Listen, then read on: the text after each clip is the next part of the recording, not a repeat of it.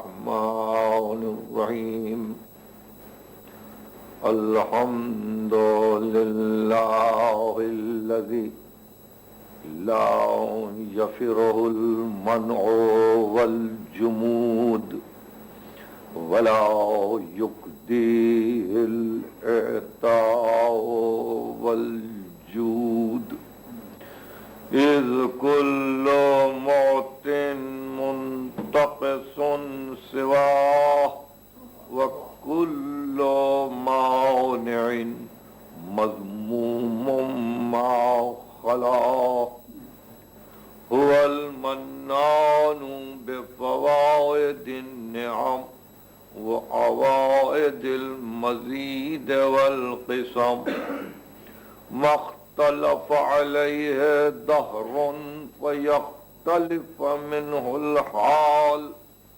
ولا كان في مكان فيجوز عليه الانتقال جلت عظمته والصلاة والسلام على سيد أصل ما في الوجود سر الله في كل موجود نقطة دائرة الوجود صاحب اللواء الحمد والمقام المحمود أبي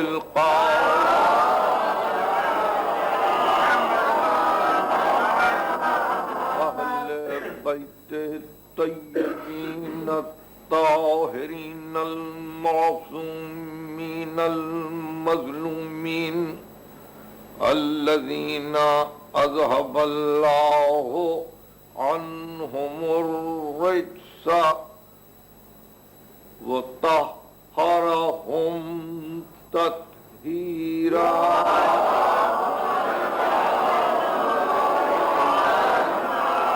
أما بعد فقد قال الله سبحانه وتعالى في محكم كتابه الحكيم والذين هاجروا في سبيل الله ثم قتلوا أو ماتوا ليرزقنهم الله رزقا حسنا وإن الله لهو خير الرازقين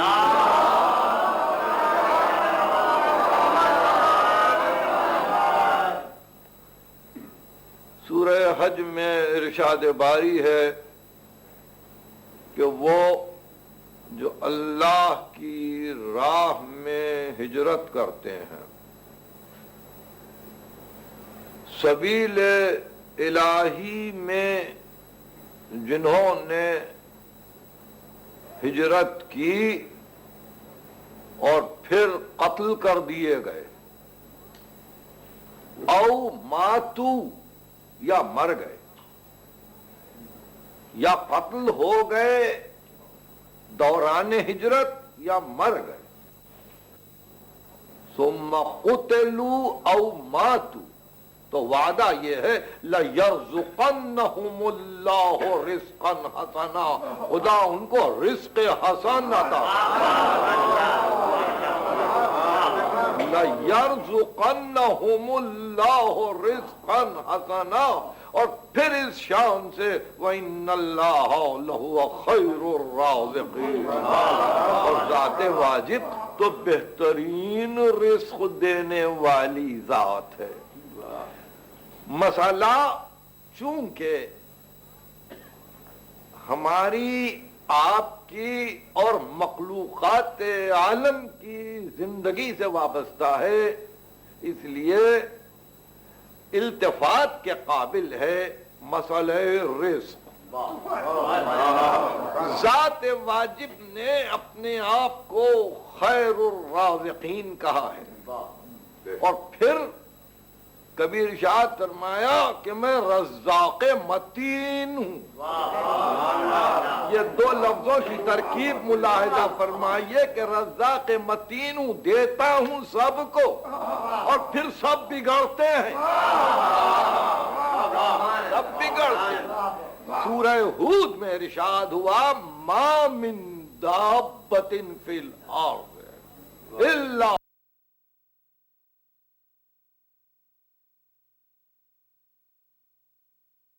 علی اللہ رزقها، زمین پر کوئی چلنے والا ایسا نہیں ہے مگر ہی کہ اس کے رزق کی ضمانت ہم نے لی۔ سورہ ہود اور سورہ عنکبوت میں ارشاد ہوا کہ من دابۃ، کتنے ہیں زمین پر حرکت کرنے والے، لا تحمل رزقہا، جو اپنا رزق اپنے کاندھے پر لیے ہوئے نہیں پھرتے ہیں، ہم ان کو رزق دیتے ہیں، ہم ان کو رزق عطا کرتے ہیں، وہ اپنے کاندھے پر لیے ہوئے رزق نہیں پھرتے۔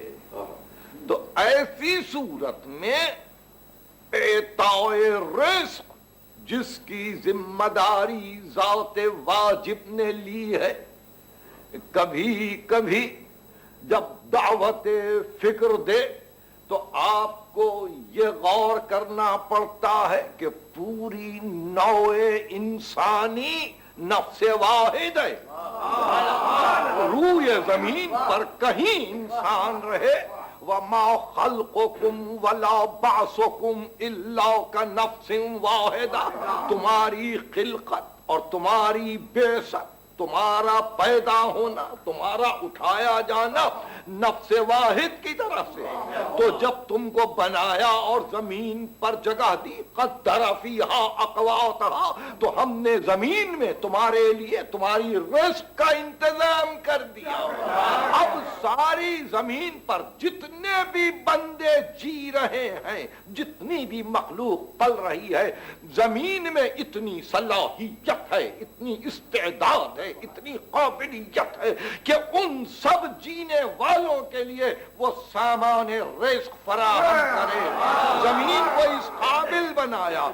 لیکن اگر زمین پر عارضی نظم و نسق رکھنے والے اور زمین پر انسانی حکومت کے مختلف مظاہر اگر اپنے آپ کو تجارت کے انداز میں اور قیمتوں کے اترنے اور چڑھنے پر غور و فکر کرتے ہوئے کسی جگہ غلے کی فراوانی کو دیکھ کر لاکھوں ڈالر صرف اس لیے خرچ کریں کہ فاضل غلہ جلا دیا جائے یا فاضل غذا بیکار کر دی جائے، تو ایسے میں اللہ پہ تو کوئی الزام نہیں۔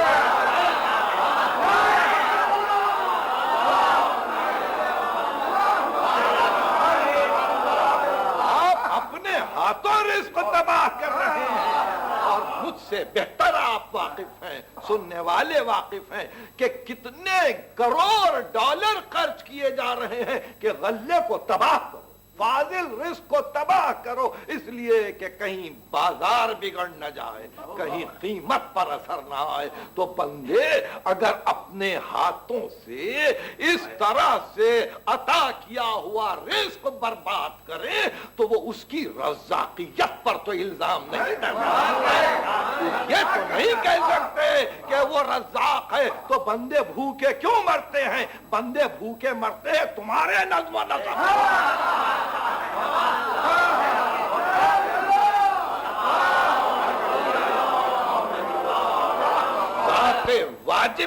ذات واجب پر آنے واحد کے لیے شائبہ الزام نہیں آ سکتا کہ اس نے اپنے بندوں کو کہیں رزق سے محروم رکھا۔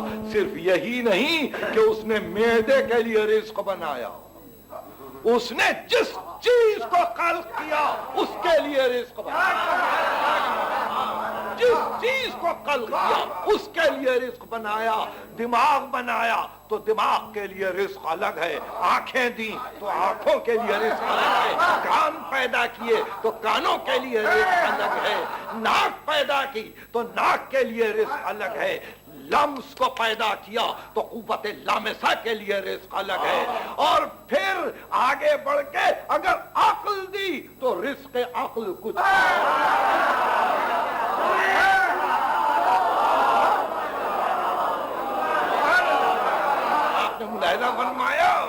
کہ وہ رزاق متین ہے، وہ جس چیز کو خالق فرماتا ہے اس کو بغیر رزق نہیں رکھتا۔ اچھا منظر آنکھوں کے لیے رزق ہے، اچھی آواز کانوں کے لیے رزق ہے، اچھا ذائقہ زبان کے لیے رزق ہے، حکمت کی باتیں عقل کے لیے رزق ہے۔ کہ اس طرح سے ذات واجب نے کسی کو بغیر رزق نہیں رکھا، خیر الرازقین ہے، بہترین رزق دینے والا ہے، اور پھر رحمان ہے، موسیٰ کو بھی رزق دیتا ہے، فرعون کو بھی رحمان ہے، ابراہیم کو بھی رزق دیتا ہے، نمرود کو بھی رزق دیتا ہے۔ یہ نہیں کہ اپنے بندے کو رزق دے اور جو اس سے سرتابی کرے اس کا رزق بند کر دے، یہ رحمانیت کا تقاضا نہیں ہے۔ اس نے یہ طے کر لیا جب تک جیو گے رزق میں دوں گا، جب تک جیو گے رزق میں دوں گا، اس لیے رزق کی شکایت نہ کرنا، رزق کی شکایت نہ کرنا۔ سب سے بڑی انسان کی ناشکری یہ ہے کہ وہ ذات واجب پر یہ الزام لگائے کہ وہ رزاق ہوتے ہوئے اپنے بندوں کو بھوکا دیکھتا ہے۔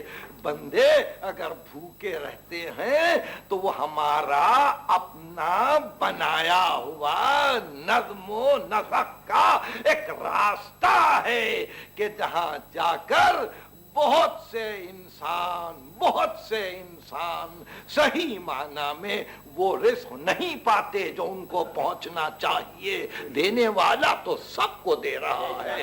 اسی منزل پر آگے بڑھ کے ارشاد فرمایا، یہ نہ سمجھنا، یہ بھی نہ سمجھنا کہ سب کے لیے ہم نے طے کر دیا ہے کہ سب کو ایک ہی طرح سے رزق دیں گے، ایک ہی طرح سے رزق دیں گے۔ نہیں، فضلنا بعضکم علی بعض فی الرزق، ہم نے بعض کو بعض پر رزق میں فضیلت دے دی۔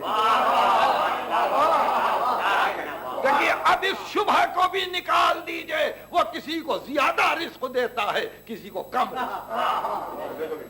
کیوں؟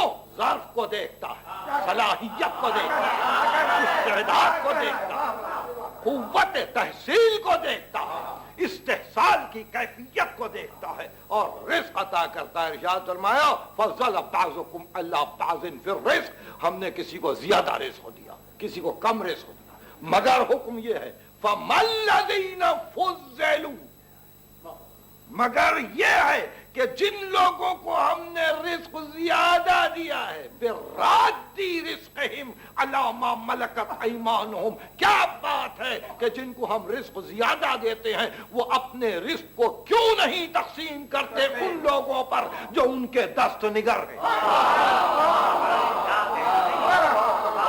رزق زیادہ دیا ہے، انکار نہیں فرمایا، یہ نہیں کہا کہ ہم نے سب کو برابر دیا، نہیں، درجات ہیں، جیسے عقل کے درجات ہیں، جیسے فکر کے درجات ہیں، جیسے انسانیت کے درجات ہیں، اسی طرح عطا رزق کے درجات ہیں۔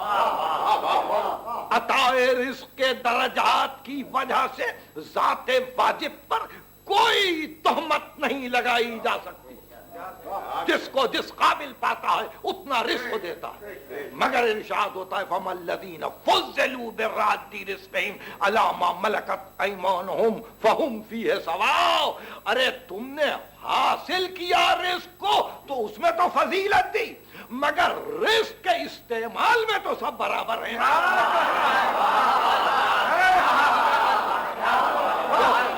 فَهُمْ فِيهِ سَوَاءٌ، استعمال رزق میں سب برابر۔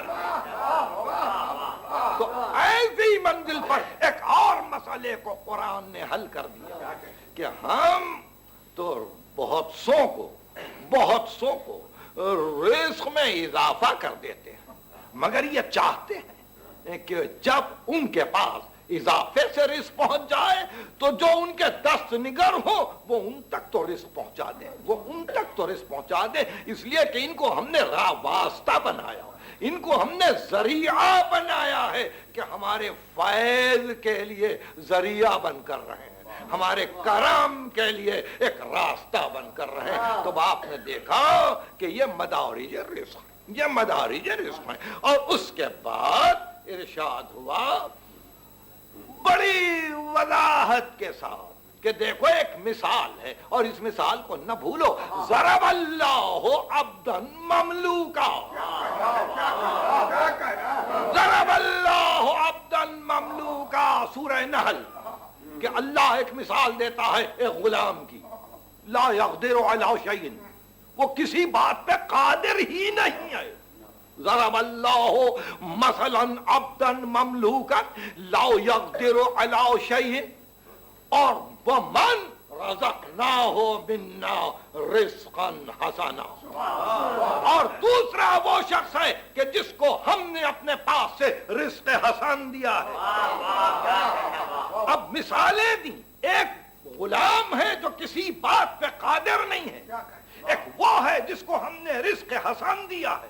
تو اس کا عالم یہ ہے وَمَن رَزَقْنَاهُ مِنَّا رِزْقًا حَسَنًا فَهُوَ يُنْفِقُ مِنْهُ سِرًّا وَجَهْرًا.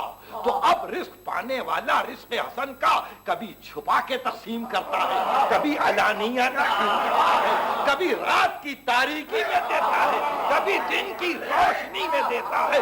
تو جس کو ہم نے رزق حسن دیا وہ رزق حسن کو روکتا نہیں،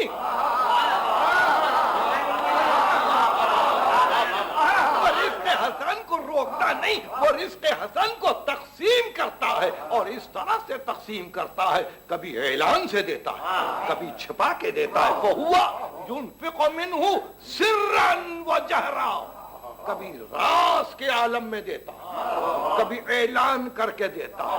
ایسے بندے سے ہم خوش ہیں.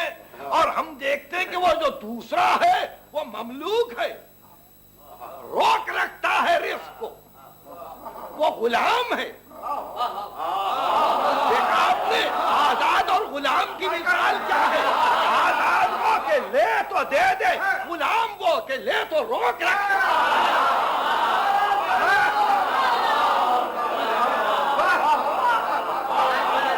ضرب اللہ مثلا عبدا مملوکا لا یقدر علی شیء ومن رزقناہ منا رزقا حسنا.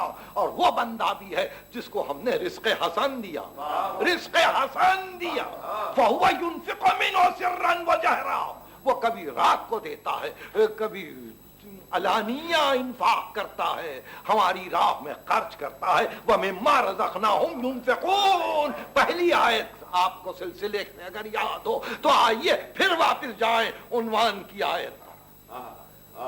وَالَّذِينَ، وہ لوگ جنہوں نے ہجرت کی، ہاجروا فی سبیل اللہ ثم قتلوا او ماتوا، وہ قتل ہو جائیں یا مر جائیں، لَيَرْزُقَنَّهُمُ اللَّهُ رِزْقًا حَسَنًا، ان کو خدا رزق حسن دیتا ہے. تو وہ غلام نہیں ہے،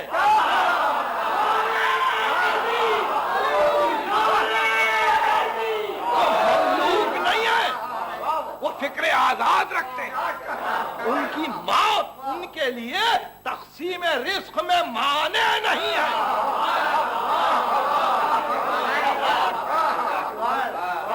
ثم قتلوا او ماتوا لَيَرْزُقَنَّهُمُ اللَّهُ رِزْقًا حَسَنًا. خدا ان کو رزق حسن دیتا ہے اگر وہ قتل ہو جائے یا مر جائے. دیکھیے رزق کا تصور تو جینے کے ساتھ ہے نا، زندگی کے ساتھ ہے. یا ارشاد ہوتا ہے مرنے کے بعد. جب مرنے کے بعد رزق حسن دیتے ہیں تو وہ اور تقسیم کر رہا ہوگا.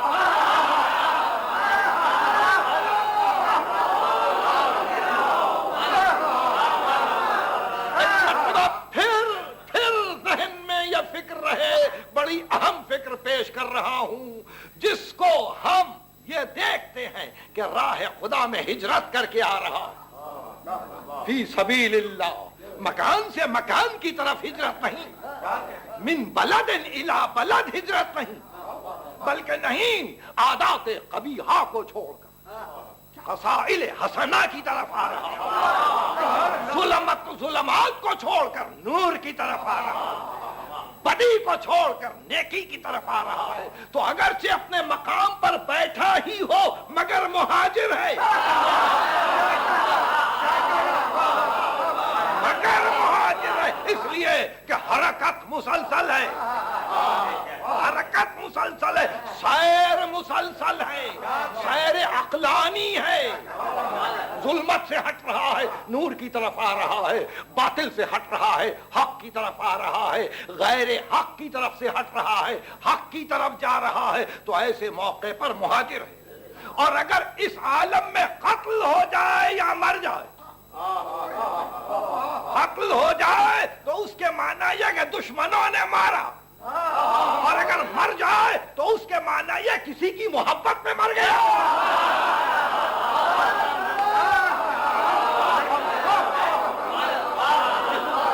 کسی کی محبت میں مر گیا۔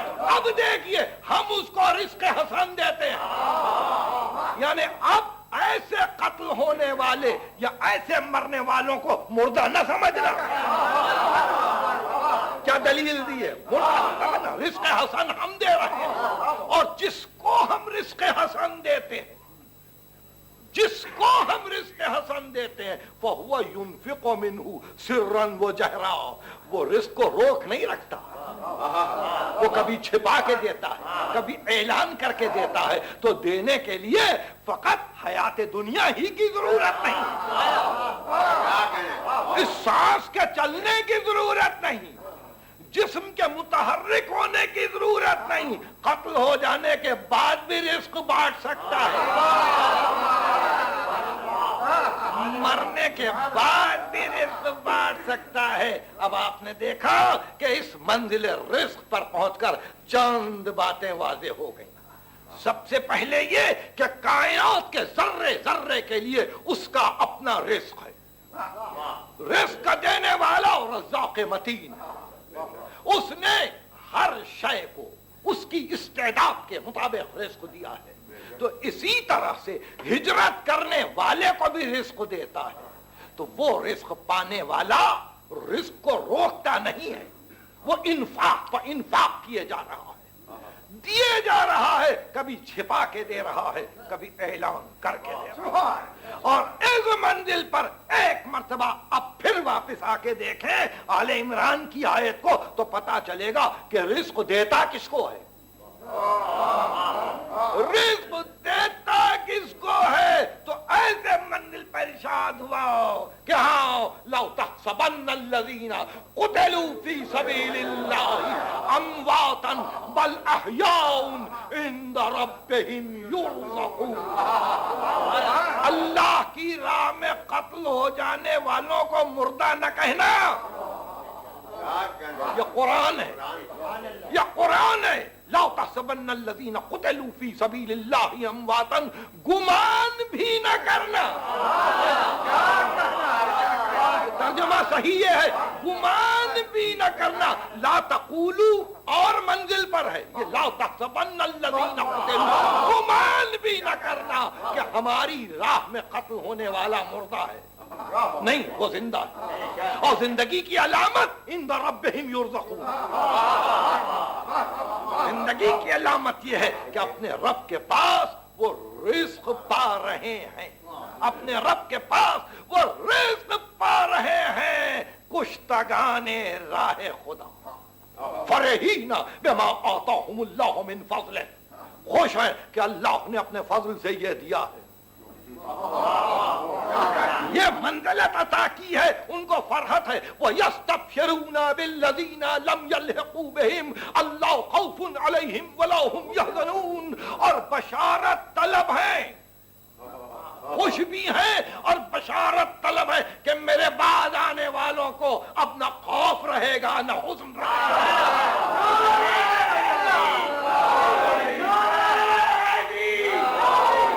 آپ نے بلایا تو فرمایا یہ کون سی منزل ہے کہ راہ خدا میں قتل ہونے والا رزق پا رہا ہے، خوش اس لیے ہے کہ اللہ کا فضل یوں شامل ہے، بشارت طلب اس لیے ہے کہ اب بعد آنے والوں کو ڈر نہیں رہا، ڈر نہیں رہا۔ اب جس کو جہاں ضرورت پڑے نام لے لے شہید کا،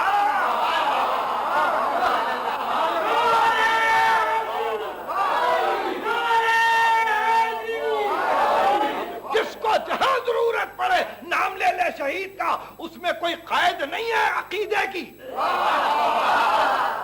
ہر شخص یہ کہتا ہے ہم حسین کے نقش قدم پہ چلیں گے.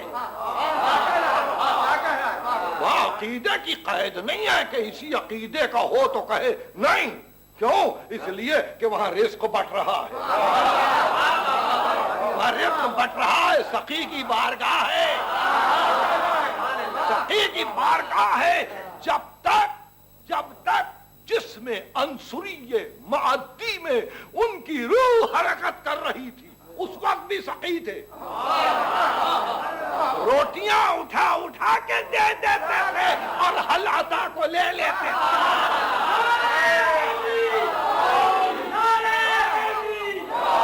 اور مرنے کے بعد تو رزق رکا نہیں. رزق رکا نہیں. شہیدوں نے رزق دیا. شعور کو رزق دیا, عقل کو رزق دیا, فکر کو رزق دیا, آگے بڑھ کے ادب کو رزق دیا, سخن کو رزق دیا, فہم انسانی کو رزق دیا, تمدن کو رزق دیا, تہذیب کو رزق دیا. یہ شہیدوں کا رزق ہے جس میں ہم جی رہے ہیں.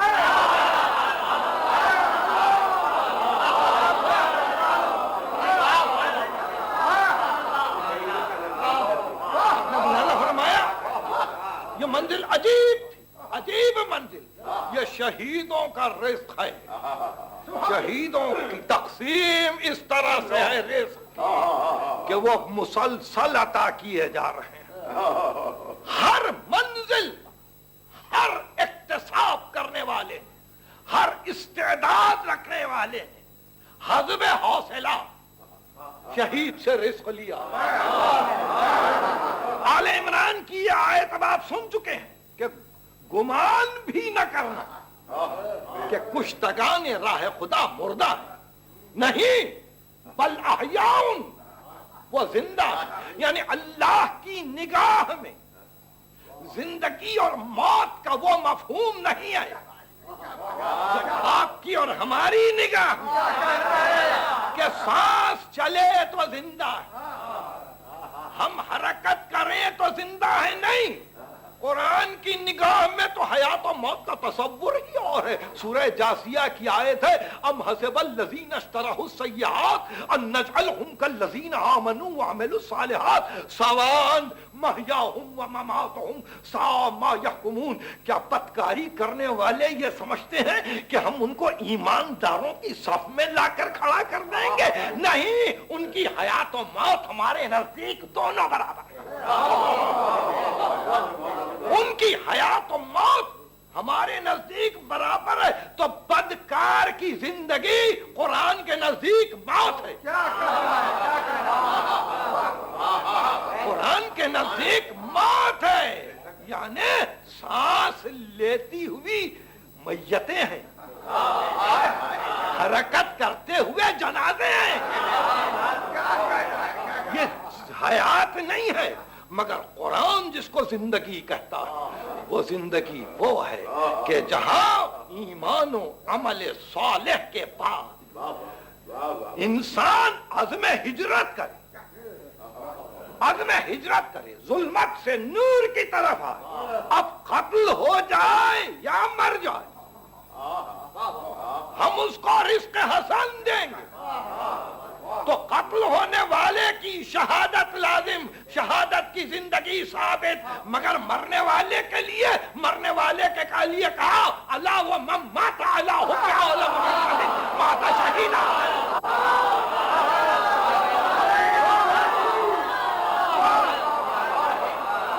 جو ان کی محبت میں مر جائے وہ شہید مرتا ہے.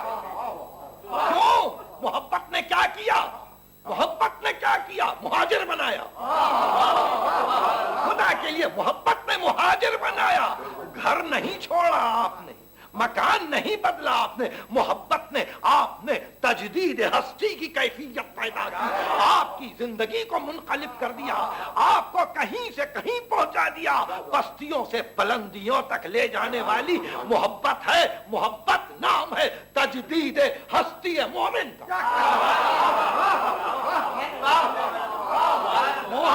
محبت نام ہے تجدید ہستی مومن کا. جہاں یہ محبت آئے تو وہاں بھی شہادت, جہاں تہ خنجر کوئی جائے وہاں بھی شہادت ہے. رزق ملتا ہے، رزق ملتا ہے، ہر طرف سے رزق ملتا ہے. تو اس طرح سے ہم اسی رزق کو حاصل کر رہے ہیں، اسی رزق کو حاصل کر رہے ہیں. اور جب شہیدوں کی یاد مناتے ہیں تو خدا گواہ ہے یہ سمجھ کے یاد نہیں مناتے کہ مر چکے، بلکہ یاد اس شان سے منائی جا رہی ہے کہ یہاں اس مقام پر ذکر کرتے ہوئے میرے دل و دماغ میں یہی تصور ہے کہ وہ بھی یہی ہے.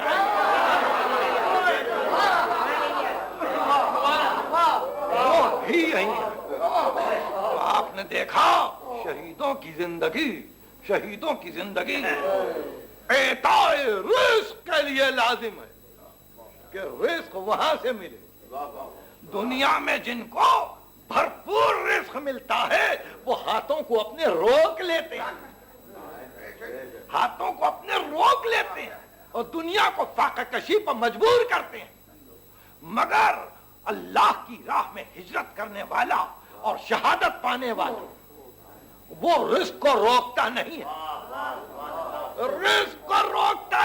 میری منزل فکر کہاں لے جا رہی ہے؟ وہ زندہ ہے. ان سے رزق لو. عقل کے لیے مانگتے ہو رزق مانگو، نفس کے لیے مانگتے ہو مانگو، شعور کے لیے رزق مانگتے ہو مانگو، ادب کے لیے رزق مانگتے ہو مانگو. نہیں، اپنے جینے کے لیے بھی رزق مانگتے ہو مانگو. اس میں بدعت کی بات نہیں ہے، حیات ثابت ہے.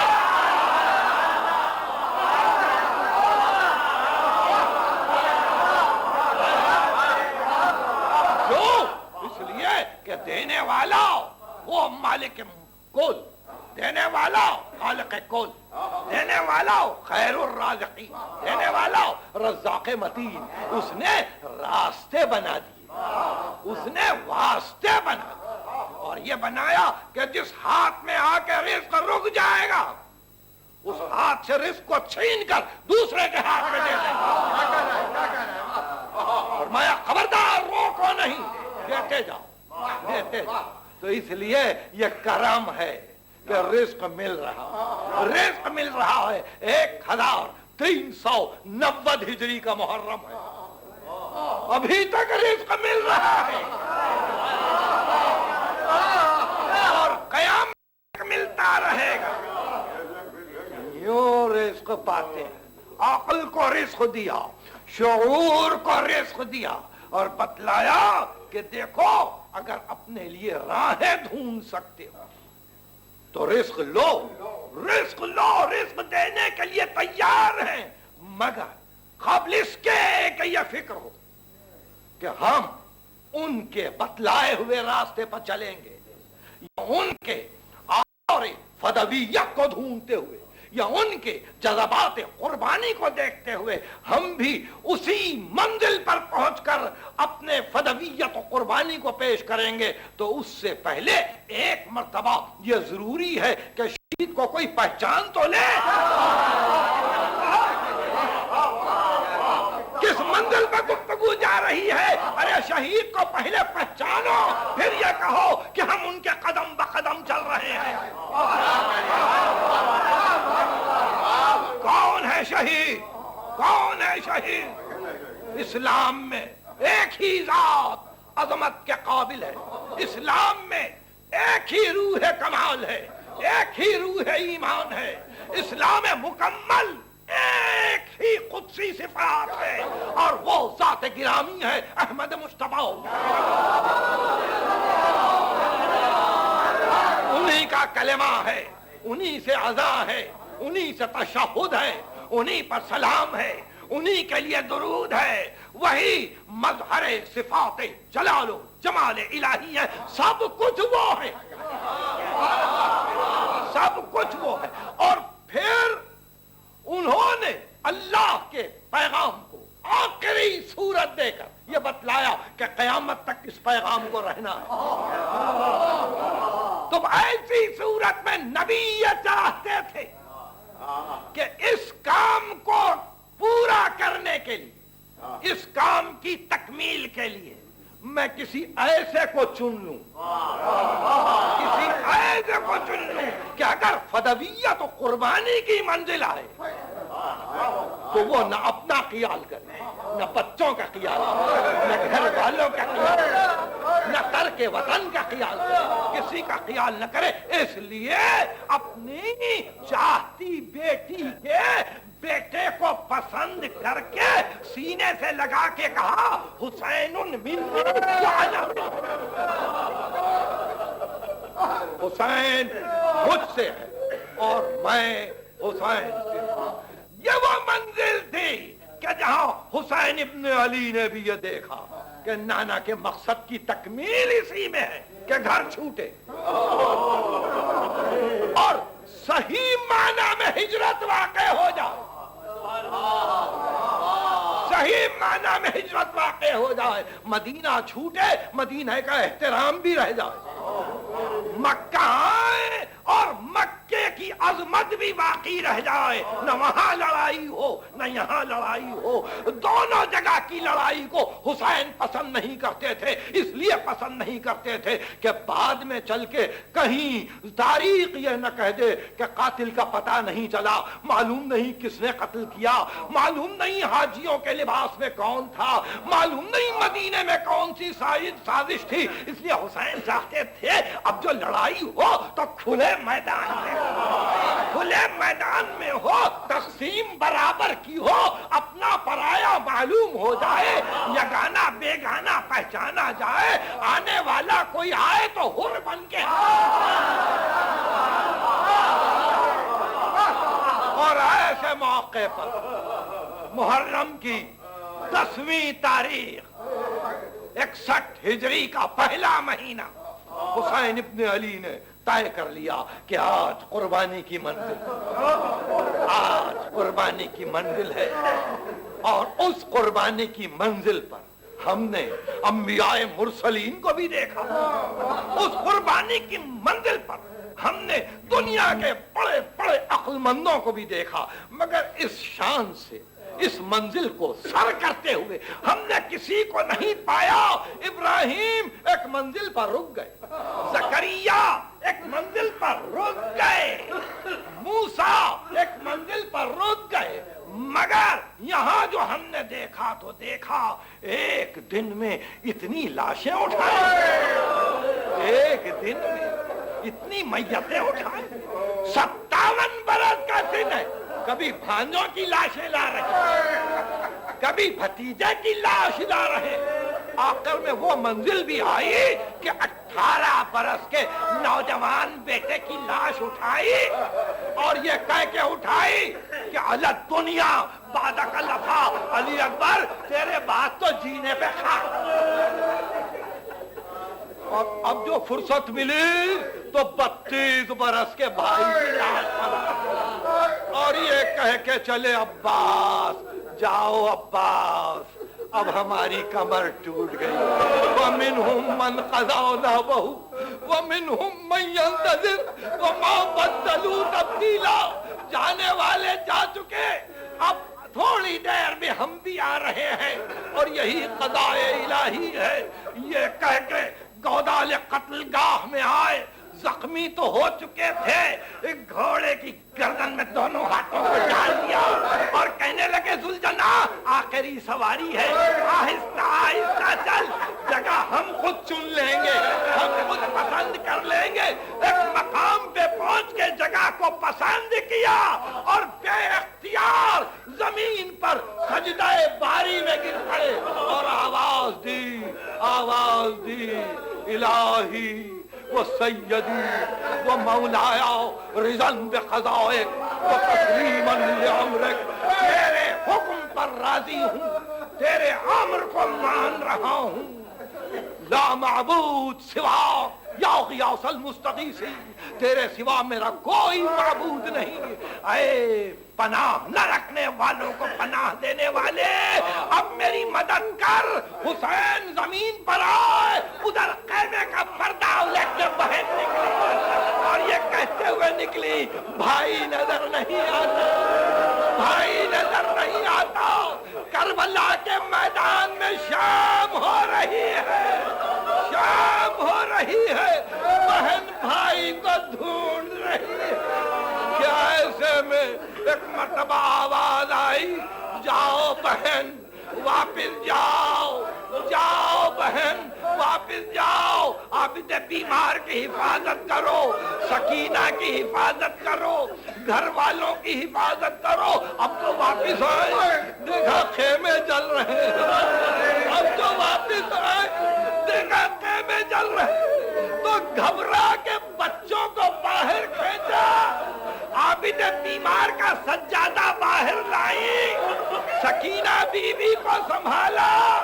اور ایسے عالم میں کہ جب کہ ادھر خیمے جل رہے تھے، کربلا کے میدان میں شام ہو رہی تھی، ہائے زینب کی پریشانی کہ ایک مرتبہ ام کلثوم سے کہا، بہن ارے کل کی بات تھی نا، اسی خیمے کے اطراف عباس بھی تھے، علی اکبر بھی تھے، اور محمد بھی تھے، قاسم ابن حسن بھی تھے. بہن آج کون ہے؟ چلو تم ہم مل کے آج بچوں کی حفاظت کریں. یہ کہہ کے ایک مرتبہ بچوں کو ریتی پر بٹھا کے اطراف گھومنے لگی. تھوڑی دیر نہ گزری کہ ایک مرتبہ دیکھا کہ تاریکی شب میں کسی کے آنے کی آواز آ رہی ہے. گھبرا کے کہا، ارے کون آ رہا ہے؟ پتا چلا کہ کوئی سوار آ رہا ہے، تیزی سے آ رہا ہے. پکار کے کہا، علی کی بیٹی تجھ سے کہتی ہے رک جا، رک جا، میرے بچے ابھی ابھی گھبرا کے سوئے ہیں، میرے بچے ابھی روتے روتے سوئے ہیں، ادھر نہ آؤ.